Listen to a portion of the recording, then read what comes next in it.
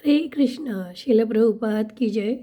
श्रीमद् भगवद गीता अध्याय 7 भगवद ज्ञान श्लोक संख्या 3। मनुष्याणां सहस्रेषु कश्चिद्यतति सिद्धये यततामपि सिद्धानां कश्चिन्मां वेति तत्वतः। भगवान कह रहे हैं कि कई हजार मनुष्यों में कोई एक सिद्धि के लिए प्रयत्नशील होता है और इस तरह सिद्धि प्राप्त करने वालों में से बिरला ही कोई एक मुझे वास्तव में जान पाता है। तो मनुष्यों की विभिन्न कोटियाँ होती हैं।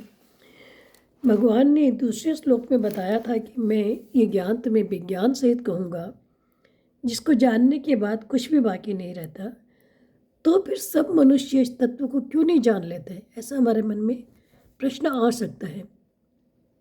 ऐसा ज्ञान जिसे जानने के बाद कुछ जानना बाकी नहीं रहता, तो कोई इसे जानने का प्रयास क्यों नहीं करता? तो इसी का उत्तर भगवान आगे के श्लोकों में देते हैं। तो यहाँ प्रभुपाद बताते हैं कि मनुष्यों की हजारों कोटियाँ हैं, विभिन्न प्रकार की कोटियाँ हैं।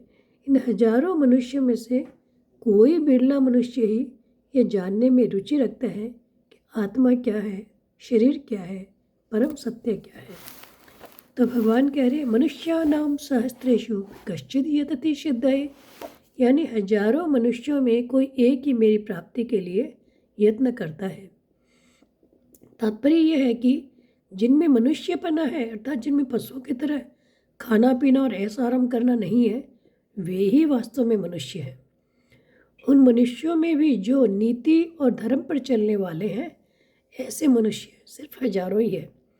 उन हजारों मनुष्यों में से भी कोई एक ही सिद्धि के लिए यत्न करता है, अर्थात जिससे बढ़कर कोई लाभ नहीं, जिसमें दुख का लेस भी नहीं और आनंद की किंचन मात्र भी कमी नहीं, कमी की संभावना ही नहीं है, ऐसे स्वतः सिद्ध नित्य तत्व की प्राप्ति के लिए यत्न करता है।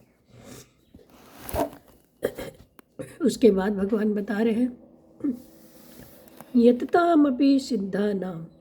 यहाँ सिद्ध शब्द जो है भगवान ने उनके लिए लिया है जिनका अंतकरण शुद्ध हो गया और भगवान में लग गया। उन्हीं को गीता में महात्मा भी कहा गया है।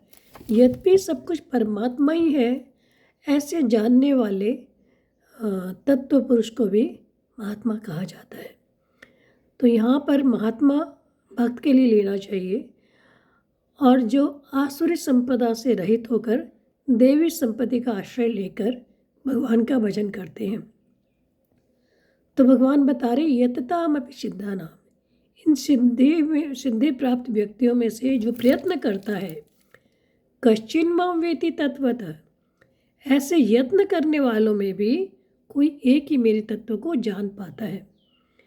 यहाँ कोई एक ही जानता है, ऐसा कहने का यह बिल्कुल तात्पर्य नहीं है कि यत्न करने वाले सब नहीं जानेंगे, परंतु यहाँ इसका तात्पर्य यह है कि प्रयत्नशील भक्तों में भी वर्तमान समय में कोई एक ही तत्व को जानने वाला मिलता है। कारण कि कोई एक ही उस तत्व को जानता है और वैसे ही दूसरा कोई एक ही उस तत्व का विवेचन करता है। तो भगवान का कहने का अर्थ है कि प्रयास, पहला तो प्रयास ही नहीं करते, हजारों मनुष्य में कोई एक प्रयास करता है, फिर उसमें से भी कोई बिरला ही इस परम सत्य के ज्ञान को समझ पाता है। हरे कृष्णा।